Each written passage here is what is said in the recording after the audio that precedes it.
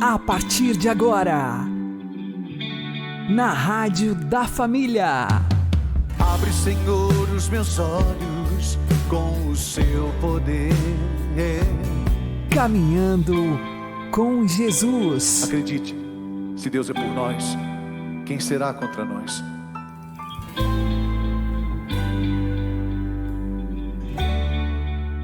A paz esteja com você, meu querido irmão e minha querida irmã. Seja louvado nosso Senhor Jesus Cristo, para sempre seja louvado. Vamos caminhar com Jesus em nome do Pai, do Filho e do Espírito Santo. Amém. Inspirai, ó Senhor, as nossas ações e ajudai-nos a realizá-las, para que em vós comece e para vós termine tudo aquilo que fizermos. Por Cristo, Senhor nosso. Amém. Santíssima Virgem Maria, Mãe de Deus, rogai por nós. Castíssimo São José, patrono da Igreja, rogai por nós. Cada vez que deixamos de agir pelo Espírito Santo e começamos a agir pelo espírito humano, rapidamente passamos a agir pelo espírito do maligno. Vamos aprender com o Padre Léo. Há um capítulo bíblico, é fácil que é 16 também, só que é Mateus. Mateus 16 mostra-nos bem claro como é possível a mesma pessoa, no mesmo momento praticamente, deixar-se conduzir pelo Espírito de Deus, pelo espírito humano e pelo espírito maligno. Pedro, quando Jesus pergunta: e vós quem dizeis que eu sou? Pedro diz: tu és o Cristo, Filho de Deus. Mateus capítulo 16, de 13 em diante. E Jesus diz: ô Pedro, quem lhe revelou isso foi o próprio Deus. Significa, você está falando motivado pelo Espírito Santo. Logo em seguida, Jesus começou a falar que ele teria que sofrer. E aí o espírito humano toma conta do coração de Pedro e motiva Pedro a chamar Jesus do lado. Isso ele faz humanamente. E no que o Pedro humanamente chama Jesus do lado, para que Jesus não continuasse falando sobre aquele assunto, o encardido aproveitou a deixa de Pedro. E aí o Pedro fala uma palavra linda. Pedro xingou Jesus? Não. Olha, a frase que Pedro usa, olha aí no Evangelho de Mateus. A frase que Pedro usa parece uma oração de conforto espiritual profundíssimo. Pedro toma a palavra no versículo 22. Então começou a interpelá-lo e protestar nesses termos: que Deus não te permita isso, Senhor, isso não te acontecerá. Olha, gente, como o encardido é safado, ordinário. Ele põe o nome de Deus na boca de Pedro. Não parece que Pedro está sendo amigão de Jesus? Que Deus não permita que lhe aconteça isso, Ele não vai deixar acontecer. E Jesus olha para ele e diz: afasta-te de mim. Ah, que palavra medonha. Satanás. E por que Jesus chama Pedro de Satanás? Tu és para mim um escândalo. Teus pensamentos não são de Deus, mas dos homens. Qual é o último versículo que eu li do capítulo 2 de Coríntios? Dizia o quê? Nós, porém, temos o pensamento pensamento de Cristo. 1 Coríntios 2:16. Compara com Mateus 16:23. Jesus disse para Pedro: você está sendo um escândalo, e cada vez que eu leio, você diz seu nome. Cada vez que cada um de nós deixar de agir pelo Espírito Santo, começa vagarosamente a agir em nós o Espírito humano.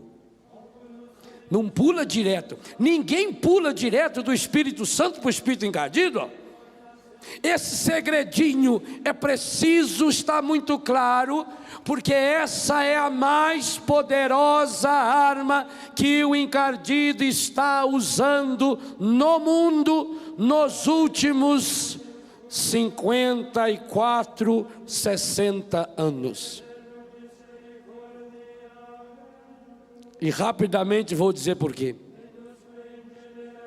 A Segunda Guerra Mundial, com tudo aquilo que aconteceu, o massacre do povo judeu, Auschwitz, as ditaduras que reproduziram em maior ou menor escala a barbaridade de Adolf Hitler e todos os seus seguidores ou imitadores. A bomba atômica de Hiroshima e Nagasaki, a morte de milhões de pessoas. A Segunda Guerra Mundial matou milhões de pessoas. Não se sabe quantos milhões morreram. Aquelas cenas da bomba atômica, dos campos de concentração, dos absurdos. Vocês imaginam essas fotos que saíram, e aqui no Brasil nem publicaram as fotos mais fortes. Eu vi uma página no jornal El País de Madrid, naquele domingo que foram reveladas aquelas fotos, que graças a Deus não vem no Brasil, umas coisas medonhas, isso que apareceu lá do Iraque. Vocês imaginam então, quando o mundo começou a tomar contato com aquilo que foi feito, os efeitos da bomba atômica, a foto daquela menininha correndo, os efeitos de Auschwitz e de todos os campos de concentração, as experiências de Mengele, por exemplo. Então, o escândalo, o absurdo, levou o ser humano a começar a pensar seriamente no valor da pessoa humana, no valor da vida humana. E isso gerou um movimento, num começo muito bom, um movimento que podíamos chamar um humanismo moderno, uma visão antropológica de homem, de ser humano, moderna, democrática. Caíram as grandes ditaduras, e inclusive as monarquias que permaneceram, só permaneceram porque acolheram a democracia como forma de governo. O ser humano, chocado pelos escândalos provocados contra o ser humano, começa a defender o ser humano. E começa a existir os grandes movimentos, a ecologia, o valor da vida, a salvação do planeta, a necessidade de salvar a atmosfera, o ar, todos os problemas do buraco da camada de ozônio, por exemplo, a poluição ambiental, tudo isso que o mundo começou a questionar por causa do valor do ser humano. Muito bonito.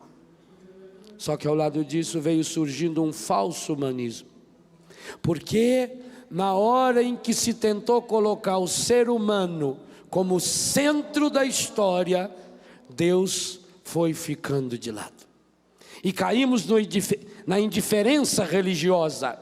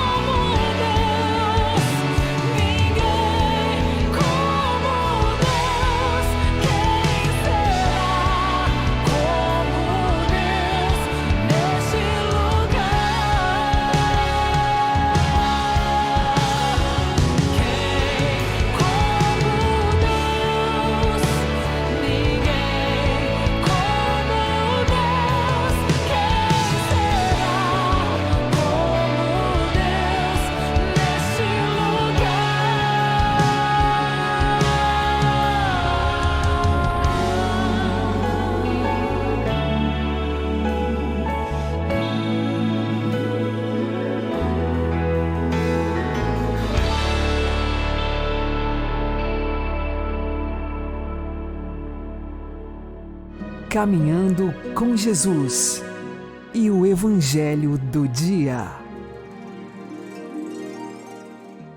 O Senhor esteja convosco, Ele está no meio de nós. Anúncio do Evangelho de Jesus Cristo segundo São Mateus. Glória a vós, Senhor. Naquele tempo, disse Jesus aos seus discípulos: Cuidado com os falsos profetas. Eles vêm até vós vestidos com peles de ovelha, mas por dentro são lobos ferozes.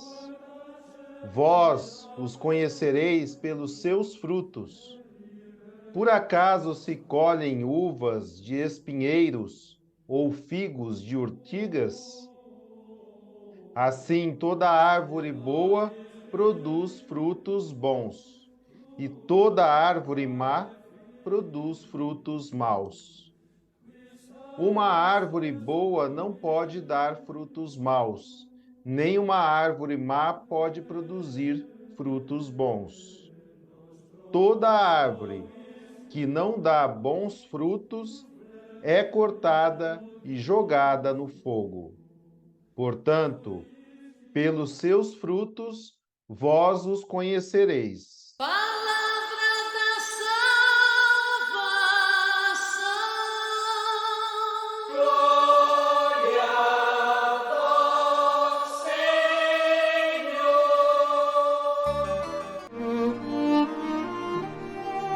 Agora, a homilia diária com o Padre Paulo Ricardo.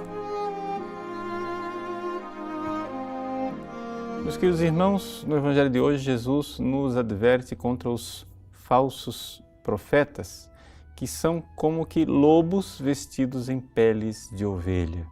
Por fora parecem ovelhas, dentro são lobos ferozes. Bom, em primeiro lugar, do que é que Jesus está falando? A comparação de ovelhas e de lobos nos colocam claramente diante de uma realidade. A igreja é um rebanho. O que acontece é que este rebanho pode ser infiltrado pela presença de falsas ovelhas. E a finalidade do lobo feroz é devorar as ovelhas.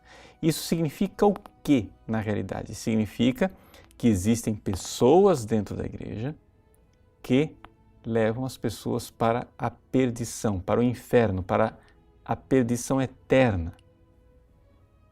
Isso pode nos escandalizar, como é possível, mas não há outra forma de nós interpretarmos esta palavra, não há como fugir disto. Nós estamos falando de um rebanho e dentro do rebanho podem entrar pessoas que na realidade não pertencem ao rebanho, só aparentemente pertencem ao rebanho.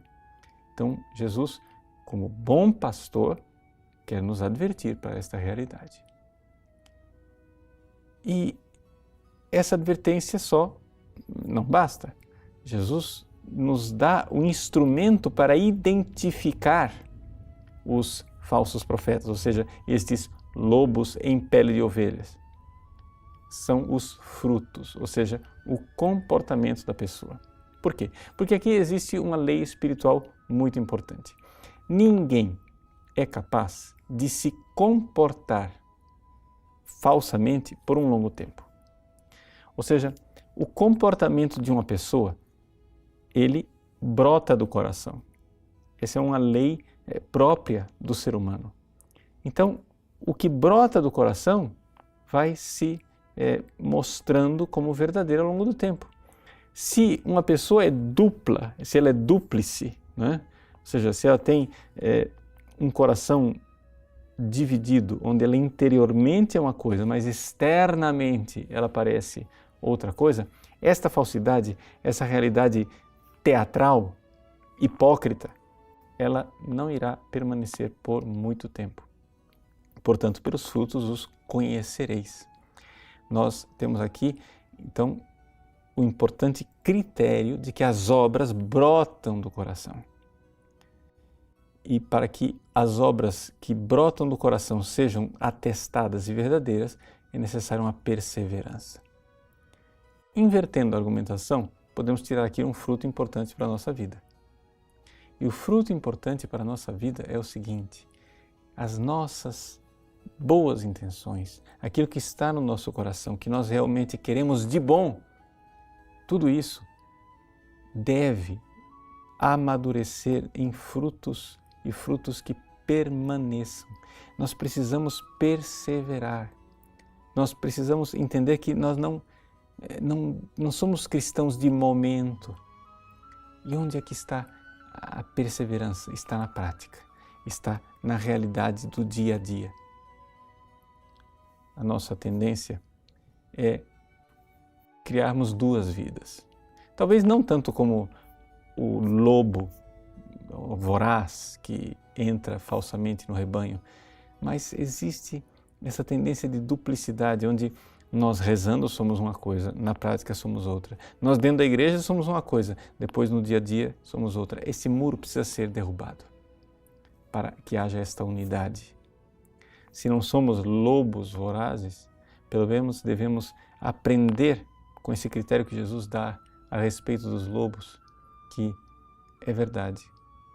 Se a nossa conversão ela é profunda, ela precisa dar os bons frutos das boas obras e obras que permanecem, que perduram ao longo do tempo.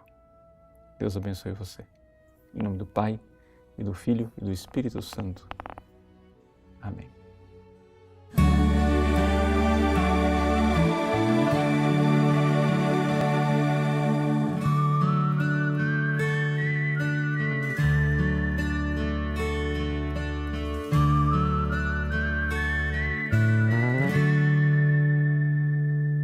Tanto ainda a percorrer, tantas coisas por fazer, tanto ainda por dizer.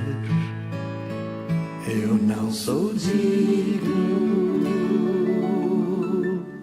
Tanta estrada por andar, tantas lutas por lutar, tantas buscas por buscar.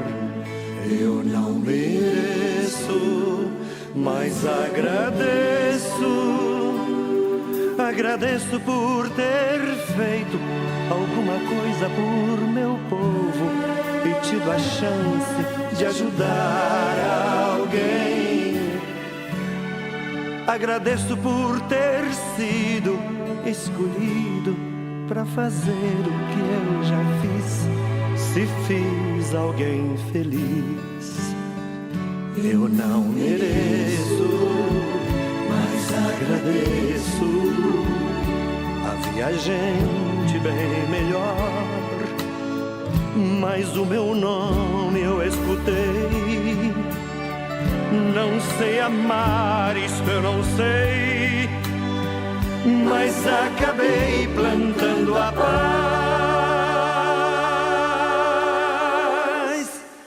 Bendito sejas pelos frutos que me dás.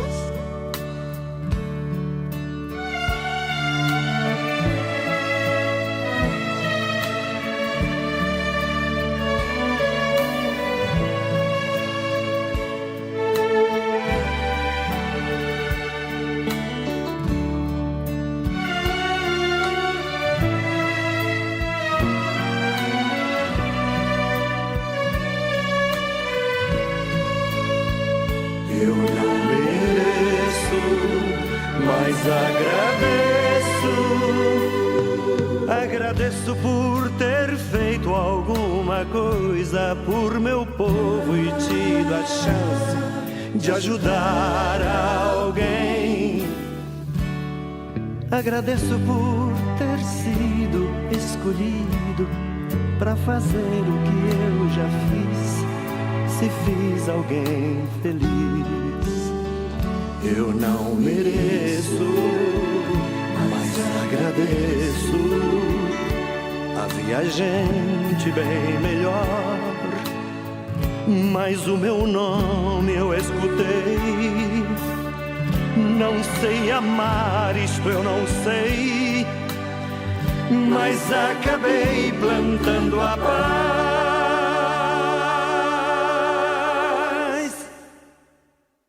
Bendito sejas pelos frutos que me dás.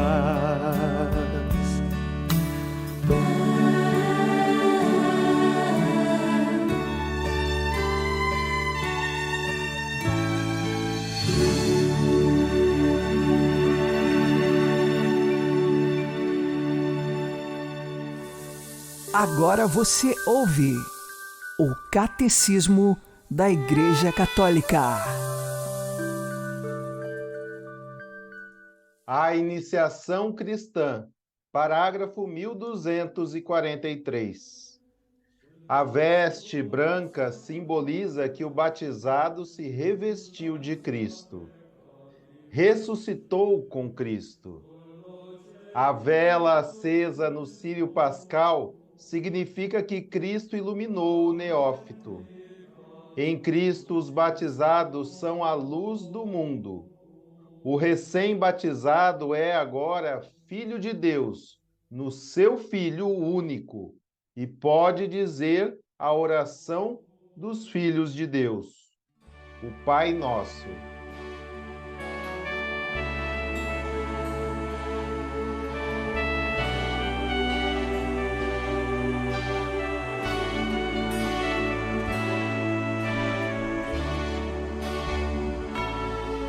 Pai nosso,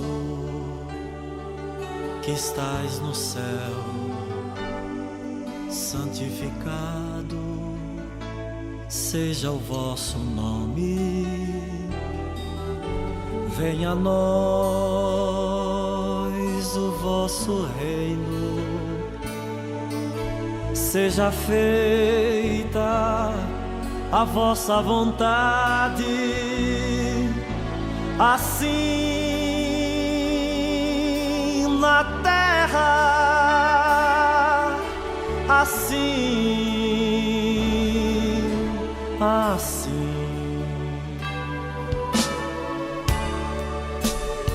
O pão nosso de cada dia nos dai hoje. Perdoai as nossas ofensas, assim como nós perdoamos a quem nos tem ofendido. E não nos deixeis cair em tentação, livrai-nos do mal. Amém.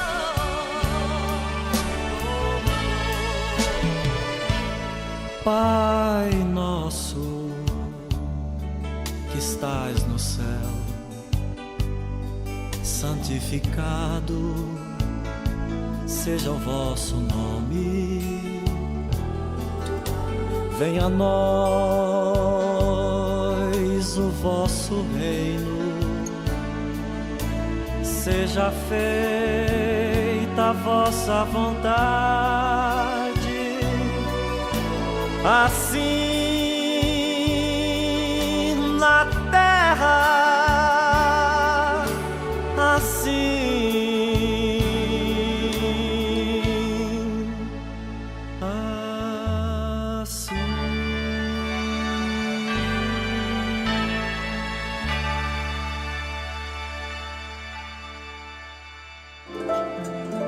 O Santo do Dia, com o Padre Alex Nogueira. Em 28 de junho nós celebramos Santo Irineu, bispo e mártir da Igreja. Ele nasceu no ano de 130 e morreu no ano de 202. Ele foi bispo de Lyon, na região aí que nós hoje chamamos de França. Santo Irineu ele era discípulo de São Policarpo. E São Policarpo foi discípulo de São João Evangelista, apóstolo de Jesus. Vejam que nós estamos aí bem próximos da tradição apostólica. São João Evangelista ordenou bispo São Policarpo e São Policarpo ordenou bispo Santo Irineu. Santo Irineu ele foi grande defensor da fé católica, tem diversos escritos sobre a Eucaristia, as Sagradas Escrituras e também, principalmente, defendendo a fé contra a heresia do gnosticismo, aquele que rebaixava as coisas materiais, dizendo que por conhecimento de certas verdades ocultas, nós conseguiríamos alcançar a perfeição do Espírito Eterno. É uma realidade a qual Santo Irineu defendia com a tradição que ele recebeu dos apóstolos. E assim, defensor da fé católica, Santo Irineu, ele também conduz o seu povo às verdades que vêm do Evangelho, às verdades que vêm de Jesus Cristo. Ele é um teólogo defensor da fé. De Santo Irineu, nós temos um livro que, defendendo a fé, é contrário à heresia gnóstica, que é Ad Diversos Hereges. Ele também tem outros escritos. Santo Irineu, ele é chamado de mártir, porque no martiriológico romano há esta afirmação. Porém, outros santos da Igreja afirmam que ele não tenha sido mártir. De qualquer forma, devido à inscrição no martiriológico romano como mártir, então nós o celebramos no dia de hoje como mártir da Igreja. Não sabemos como foi, de fato, a sua morte e o seu martírio, mas o veneramos porque, na vida de bispo, defendeu a fé, buscou a virtude e a santidade. Irineu significa o pacificador, é uma palavra que vem do grego, e de fato, Santo Irineu, ele pacificou a Igreja, principalmente colocando a concórdia e mantendo a unidade da Igreja. Foi ele que convenceu o Papa Vítor a não excomungar os bispos da Ásia que tinham divergências quanto à data da Páscoa, e assim ele fez um diálogo com todos para que chegassem a um bem comum, isto para a Igreja e mantendo também a unidade desta Igreja. Por isso, faz jus ao seu nome, Irineu, o pacificador, aquele que busca a unidade e a concórdia. Santo Irineu, rogai por nós. Abençoe-vos Deus Todo-Poderoso, Pai e Filho e Espírito Santo. Amém. Fique na paz e na alegria que vem de Jesus.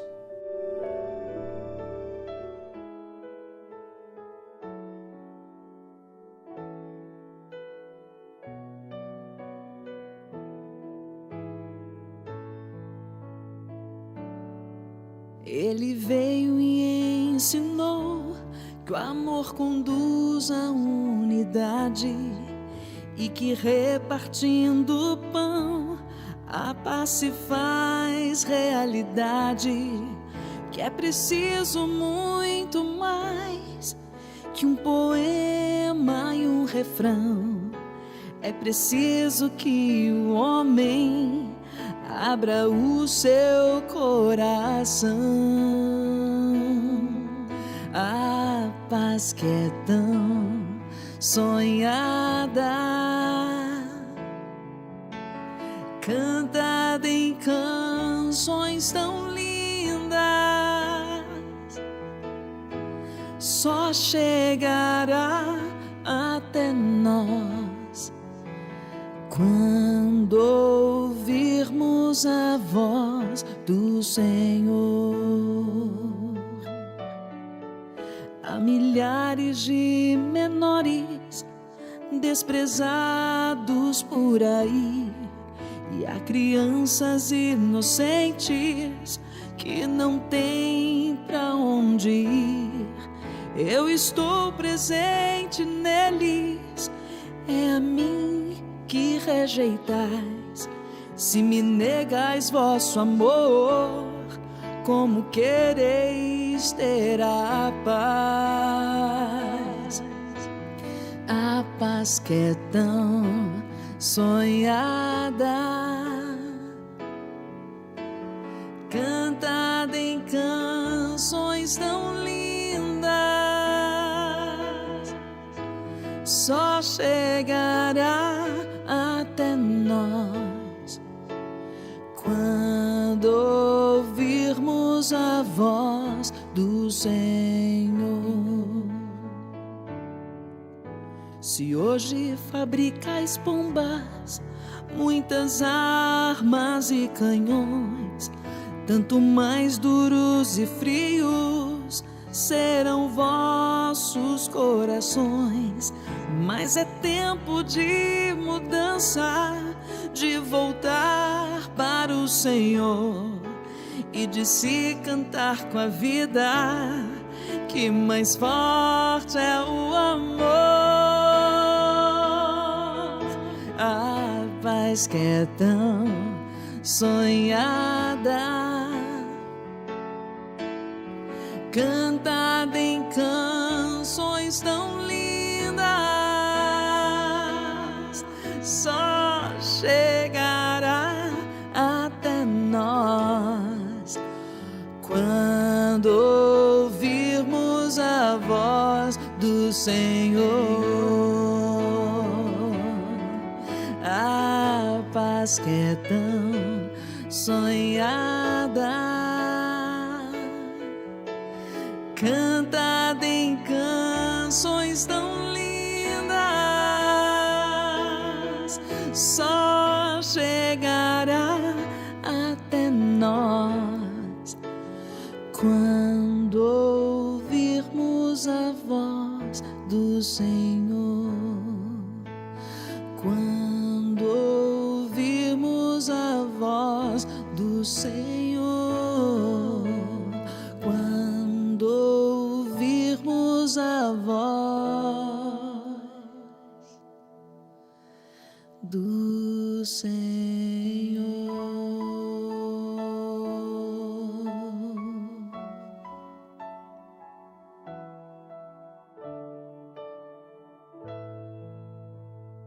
Você está ouvindo na Rádio da Família, Caminhando com Jesus. Maria é o meio seguro, a via reta e imaculada para ir a Jesus Cristo e para o encontrar perfeitamente. É por ela que o devem achar as almas chamadas a brilhar em santidade.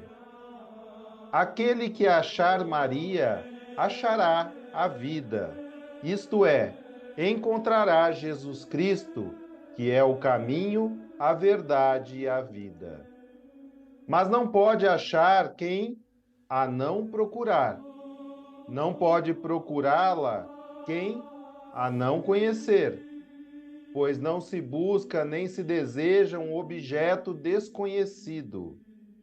É, pois, necessário que Maria seja conhecida mais do que nunca, para maior conhecimento e glória da Santíssima Trindade. Rogai por nós, Santa Mãe de Deus, para que sejamos dignos das promessas de Cristo. Amém. O Senhor nos abençoe, nos livre de todo mal e nos conduza à vida eterna. Amém. E que Maria e José nos conduzam pelas mãos para que continuemos caminhando com Jesus.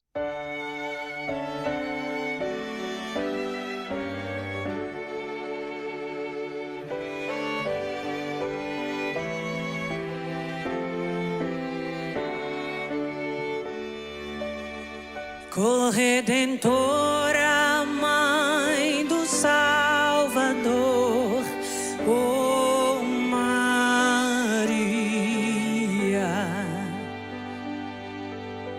venham todos sempre a louvar, oh Maria, cantem juntos aos querubins e também junto aos serafins, teu amor pra sempre aqui. Salve, salve, salve, Rainha.